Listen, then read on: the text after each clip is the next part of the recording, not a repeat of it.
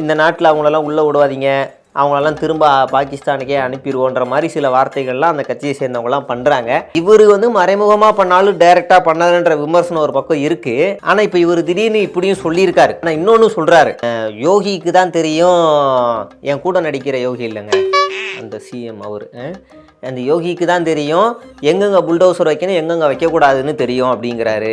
அப்புறம் அந்த யோகி என்ன சொல்கிறாருன்னா, நாங்கள் ஆட்சிக்கு வந்ததுக்கு அப்புறம் தான் இங்கே பாங்கு சத்தம்லாம் கேட்குறதே இல்லை, அவங்க வந்து இப்போ இந்த தொழுகையெல்லாம் நடக்கிறதே இல்லை, பொது இடங்களில் தொழுகை நடக்கிறதில்ல அப்படின்னு சொல்கிறாரு.